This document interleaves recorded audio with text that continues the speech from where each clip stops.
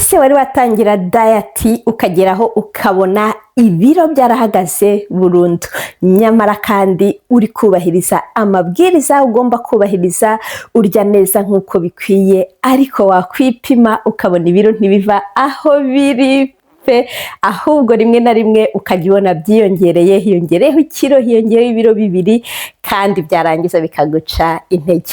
Nimba warahuye n'icyo kibazo rero, nje kukugezaho impamvu ibiro byawe bihagarara cyangwa se ukabona rimwe na rimwe biragenda bihinduka, kandi nkugezeho ese uwo munzani wipimisha ugomba kuwizera cyangwa se ntuwizera. Ndakugezaho igisubizo muri iyi video.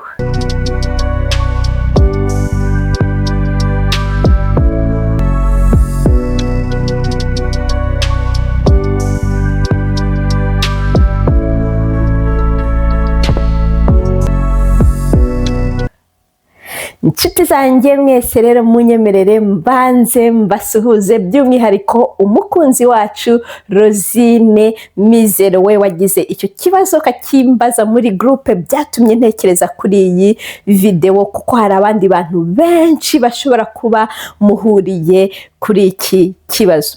Hari impamvu rero ariyo ngiye kukugezaho. Icyambere ngiye kukugezaho mbere kugira ngo nkubwire iyo mpamvu, ni iyihe mpamvu ugomba kureka kwipima mu gihe uri kuri diet cyangwa se mu gihe urangije icyumweru cya mbere.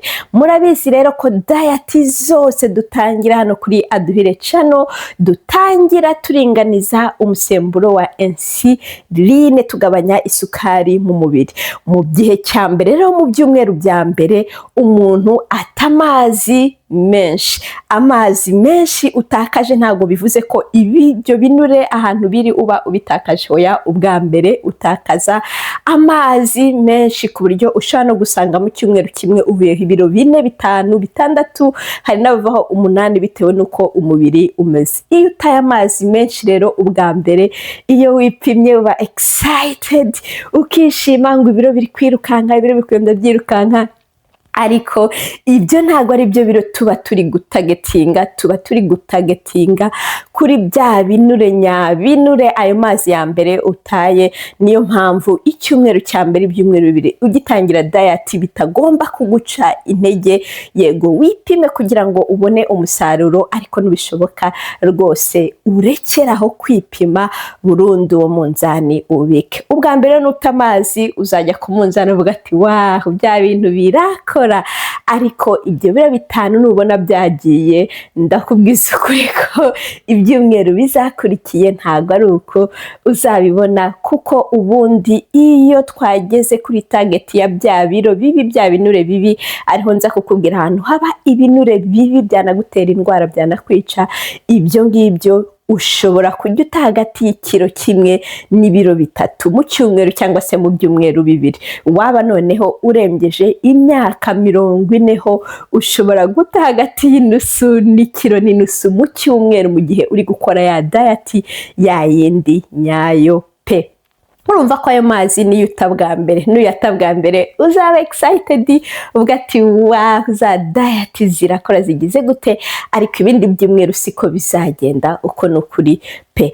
Ubundi rero hari igihe ushobora kuba uri kwipima, ariko nimba uri umugore uri mu gihe cyegereje imihango y'abagore, icyo gihe uzagenda ubona umubiri wawe hiyongereho ibiro, kuko abakobwa abagore iyo begereje imihango bafata ibiro bitewe na hormones zabo hagati y'ikiro 1 n'ibiro 3. Urumva ko nanone hari igihe uzipima, waba wegereje icyo gihe ugasanga ibiro byiyongereye, ahubwo ukavuga ati wow, ibiro byanjye byiyongereye, ibyo ndi gukora nta musaruro ndi kubona. Cyangwa se n'igihe uzipima uri mu gihe cya stress, cortisol yawe yazamutse, uwo musemburo stress wazamutse, ukabona ufite ibiro byinshi.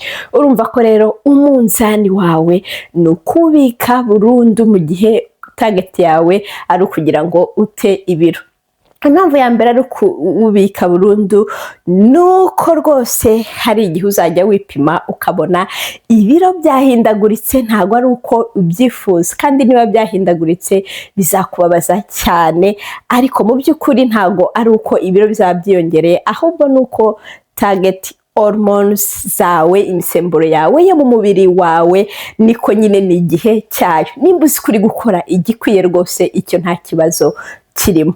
Rero none se nimba ibyo ngibyo bigenda bihinduka, ni gute wamenya ko ibiro byawe biri kugabanuka? Ni gute wamenya ko diet uri gukora iri kugenda igenda neza? Ikintu cya mbere rero kizatuma umenya ko diet uri gukora iri kugenda neza ni iki ngiki ngiye kukubwira. Ariko mbere y'ukuntu nkikubwira, reka nkubwire ibiro dutagetinga iyo turi gukora diet. Hari ibiro bya mbere bibi abantu batanamenya ko ari ibiro bibi cyane, ibiro byo munsi y'ururimi rwawe. Ibyo biro ni ibiro bibi iyo wabifashe, iyo ubona isura yawe yahindutse, mu maso yawe habyibushye, munsi y'ururimi harabyibushye, ukabona rwose mu maso harabyibushye, amatama yarabyibushye. Ibyo ni ibiro bya mbere dutagetinga iyo turi kugabanya ibiro. Hakaba ibindi biro, ibinure bibi cyane, ni ibinure byo kunda, kuko ibyo ni ibinure bibi cyane tugomba gukuraho. Kandi iyo ugenda wipima ntabwo ubona ko havuyeho ikintu kinini, ugenda ubibona gahoro gahoro. Ibyo binure rero byo kunda ari byo nanone ubona harimo inyama zo mu nda ziba zibyibushye, n'urugero nk'ibinure byo ku mwijima. Ibyo byose nibyo ubonera kunda, ni ibinure byo kugerageza kugabanya kugira ngo tugire ubuzima bwiza. Nimba umwijima uriho hejuru yaho hariho ibinure ukabibona kunda yabyibushye, urumva ko ni ikibazo. Ntabwo ari ibyo gusa, hari ibindi binure bibi cyane, ari bya binure byo ku mutima, hafi y'umutima. Ibyo binure noneho iyo ufite n'ingaruka zo kurwara indwara y'umutima. Ibindi binure nabyo ibyo kunda, ibyahehe, ufite ingaruka nazo, harimo za diabete, umuvuduko w'amaraso n'ibindi bindi. Ibyo binure rero kugira ngo umenye ko wananutse wabitagetinze, hazagenda havaho mu gihe uri gukora diet hagati y'ikiro kimwe n'ibiro bitatu mu cyumweru cyangwa se mu byumweru bibiri. Noneho rero by'umwihariko niba uri umuntu ukuze cyangwa se ufite n'izo ndwara za diabete, umuvuduko w'amaraso, ho hazagenda havaho ibiro bikeya. Kuko uzabimenya rero niba wageze ku ntego. N'urugero ibinure byo kunda nimba ari byo utagetinga, uzabona mu nda wambaye imyenda biri guhinduka. Umunzani ushobora kukubeshya, ni ukuri pe, ariko imyenda yawe ntago izakubeshya. Ikindi noneho ibinure bya hejuru y'umwijima, hejuru y'izindi nyama zo mu nda, uzabibona nabyo, kuko inda izabyibushye, umuntu azaguhobera, aguhombanye, ubundi ibyo bitarabagaho, akwegeranye neza, akubwire ngo ko numva wananutse. Ibindi binure bya bindi bibi tureba, noneho uzabona uburyo wananutse, bya binure byo hejuru y'ururimi, abantu bazakubwira ngo wananutse mu maso, wibone mu maso ubone warananutse, kandi ubone n'isura yawe iri kugenda isa neza, ugenda ugira uruhu rwiza. Uko ni uko uzamenya ko ibiro biri kugabanuka. Noneho hari ikindi kintu noneho gishekeje iyo uri muri uru rugendo rwo kugabanya ibiro.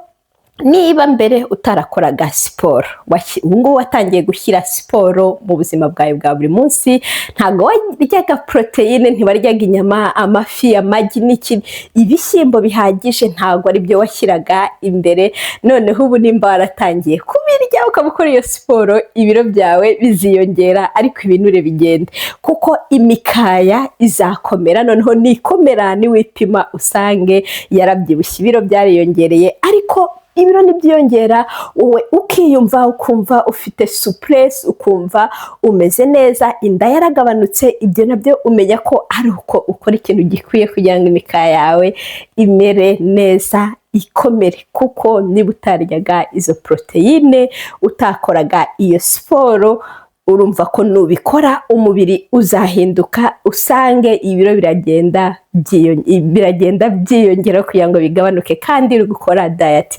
Ariko witonde mu gukora siporo. Niba ukora siporo, ugomba gukora siporo ukagira n'iminsi ukaruhura umubiri wawe. Nuyikora ejo bundi, iminsi yose, icyumweru cyose uri muri siporo, umubiri unanirwa, ntubone umwanya wo kuruhuka, nshuti yanjye, ntago uzabona umusaruro nk'uko uwifuza. nizere rero kunyuzwe, usobanukiwe, ufite ikibazo ubaze muri comment. Abakunzi bacu Rosine by'umwihariko nizere ko iyi video ikunyuze, kuko iyi Rosine yamizera iyi video yakozwe ku bwawe kugira ngo usubizwe n'impungenge waba ufite. Ntucike intege, ugumye ukora ibyo ugomba gukora mu gihe cyabyo. Iyi munzani ushobora kuba uri kukubeshya, ariko umubiri wawe uri kugenda ubyungukiramo. Niba kandi turi kumwe, hari diet turi gukorana, unyemerere utange ubuhamya muri comment. Hari abandi uri bufashe, yenda uyu munsi hari umuntu uri bufashe kubera comment yawe, nawe ukamuha motivation agatangira diet, agakunda ubuzima bwe. Naho utaha, mugire umunsi mwiza cyane, cyangwa se umugoroba mwiza, ntago nzi amasaha muriho. Ndabakunda cyane, bizu bizu.